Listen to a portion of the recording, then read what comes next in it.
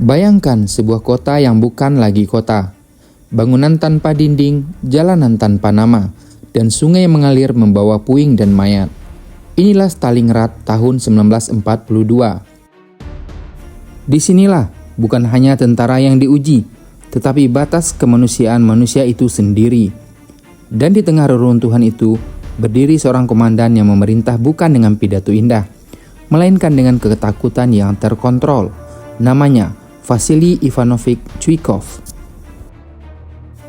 Chuikov lahir di tahun 1900 di keluarga petani miskin Rusia. Ia tidak tumbuh dengan kemewahan. Ia tumbuh dengan dingin, lapar, dan kerja keras. Sejak muda ia belajar satu hukum hidup. Yang lemah tersingkir, yang ragu mati. Perang saudara Rusia membentuknya bukan sebagai romantikus revolusi, melainkan sebagai eksekutor kehendak negara. Bagi Chuikov, tentara bukan untuk dimanjakan, tetapi untuk dipaksa bertahan. Musim panas 1942, Jerman Nazi bergerak cepat ke selatan.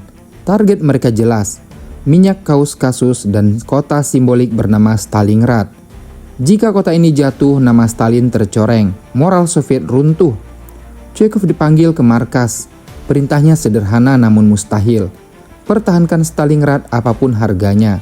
Tidak ada rencana cadangan, tidak ada kata mundur. Saat Chuikov tiba, Stalingrad sudah setengah mati. Luftwaffe menghancurkan kota dari udara. Jalan berubah jadi lautan puing. Pasukan Soviet kelelahan dan trauma. Beberapa unit bahkan kehilangan keinginan bertempur. Chuikov melihat semua itu dan menarik kesimpulan dingin. Musuh terbesar kita bukan Jerman.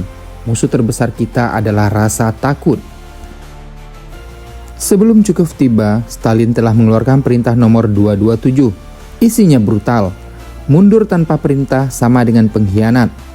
Pembelot sama dengan dihukum mati. Detasemen penghadang ditempatkan di belakang pasukan sendiri. Banyak komandan ragu menjalankannya, namun Chuikov tidak. Ia menjalankan perintah itu tanpa kompromi. Bukan karena ia kejam secara pribadi, tetapi karena ia percaya. Jika ketakutan akan musuh lebih besar dari ketakutan akan hukuman, maka kita kalah. Chuikov akhirnya memindahkan markasnya hanya beberapa ratus meter dari pertempuran. Ia ingin pasukan tahu, komandannya tidak bersembunyi, perintahnya bukan teori. Ia tidur di bawah tanah, makan seadanya dan mendengar sendiri jeritan pertempuran. Namun ia juga memastikan tidak ada yang lari. Kasus mundur tanpa izin akan ditindak cepat dan keras. Disinilah lahir reputasi kelam Chuikov, komandan yang menembak prajuritnya sendiri yang membelot. Di front depan, Chuikov mengubah cara bertempur. Ia memerintahkan dekati musuh sejauh mungkin. Strategi ini mematikan. Artileri Jerman tidak bisa digunakan. Bom udara berisiko mengenai pasukan sendiri. Pertempuran berubah jadi jarak sentimeter. Lorong demi lorong, tangga demi tangga. Satu ruangan bisa berpindah tangan 5 kali dalam sehari. Ini bukan perang senjata besar. Ini perang saraf dan keberanian. Prajurit Soviet kini terjepit akan dua hal. Jika maju bisa mati oleh peluru Jerman, jika mundur bisa mati oleh peluru komandan sendiri. Ironisnya, kondisi ini menciptakan pasukan yang bertarung dengan keras kepala yang fanatik.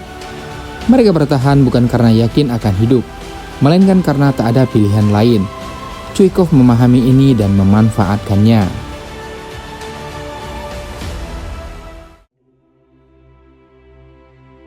Bulan berganti, Jerman semakin terjebak. Mereka kelelahan, beku oleh musim dingin, dan kehabisan logistik. Sementara Soviet mengumpulkan kekuatan di luar kota. Kemudian datanglah Operasi Uranus. Kepungan dimulai, pasukan Jerman terkunci. Chuikov yang selama berbulan-bulan hanya disuruh bertahan, akhirnya melihat titik terang. Februari 1943, Jerman menyerah di Stalingrad. Dunia tercengang. Ini adalah kekalahan besar pertama Nazi Jerman. Chuikov dipuji. Ia dianggap pahlawan. Namun ia tidak merayakan. Ia tahu harga kemenangan itu. Ratusan ribu nyawa melayang, kota musnah dan banyak prajurit Soviet mati. Bukan hanya oleh musuh tetapi oleh disiplin yang tak mengenal belas kasihan. Sejarah menempatkan Chuikov di posisi yang sulit. Tanpa dia, Stalingrad mungkin jatuh. Dengan metodenya banyak nyawa melayang. Ia adalah simbol perang total, ketika negara menuntut segalanya termasuk nyawa rakyatnya sendiri. Chuikov sendiri pernah berkata, "Kami tidak punya kemewahan untuk menjadi baik." Apakah Chuikov pahlawan atau algojo? Sejarah tidak memberi jawaban mudah. Namun satu hal pasti, tanpa Stalingrad, Perang Dunia II mungkin berakhir berbeda. Dan di balik kemenangan besar itu berdiri seorang komandan yang memilih ketakutan sebagai senjata terakhirnya. Stalingrad bertahan, Stalingrad berubah, dan Vasily Chuikov menjadi nama yang tak pernah bisa dinilai hitam dan putih.